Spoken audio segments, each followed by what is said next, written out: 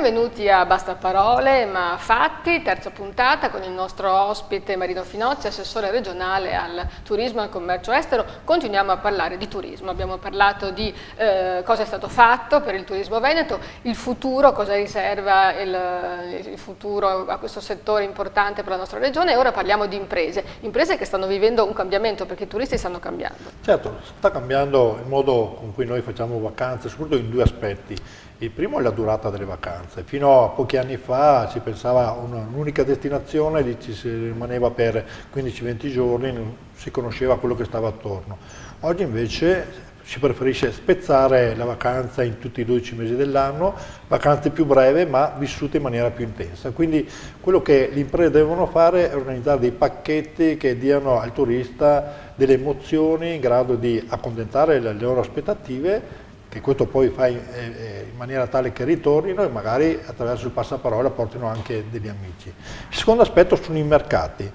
La fortuna del Veneto è che per il 65% delle presenze turistiche si può contare su turisti che arrivano dall'estero, ma non solo dai soliti turisti tedeschi, olandesi, francesi, austriaci che troviamo e abbiamo trovato per tanto tempo sulle nostre località turistiche, ma stanno arrivando in maniera molto intensa, molto numerosa, turisti che arrivano dalla Russia, dalla Cina, dal Sud America. Ecco, questi sono turisti che hanno esigenze molto diverse rispetto a quelle che sono le nostre abitudini, quindi le imprese si devono adattare, formare per dare risposte anche a questi turisti che hanno delle particolari esigenze. Sì, anche per esempio il cibo, perché non mangiano sempre tutte le cose italiane, o anche il fumo per esempio, no? Certo. I cinesi non possono non fumare.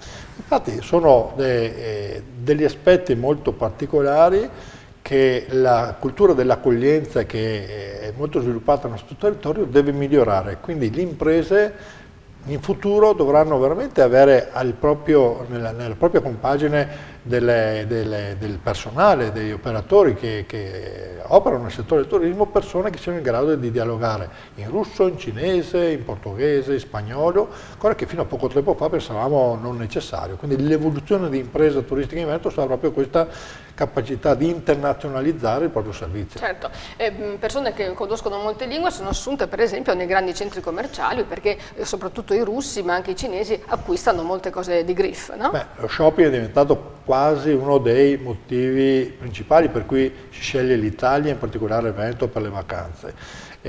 Abbiamo in tutto il Veneto tutta una serie di outlet, i famosi spacci aziendali, anche di marchi molto importanti, marchi blasonati, perché insomma il Veneto ha anche questa importante presenza, e scelgono l'occasione di venire in Italia e in Veneto per aspetti culturali e gastronomici, ma anche per fare qualche buon acquisto.